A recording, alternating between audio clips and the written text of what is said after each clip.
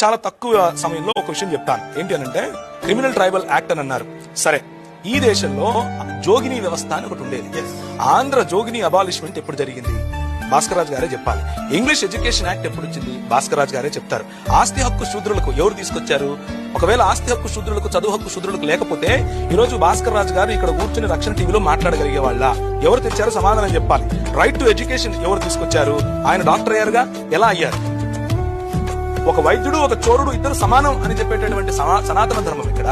Right to education for శూద్ర అని చెప్పేటటువంటి ఈ యాక్ట్ 1913 ఎక్కడ? ఈ రెండిట్లో దేని వల్ల మీరు డాక్టర్ అయ్యారు? మీరు సమాధానం చెప్పాలి నాకు. స్లేవరీ అబాలిష్మెంట్ యాక్ట్ ఎవరు చేశారు?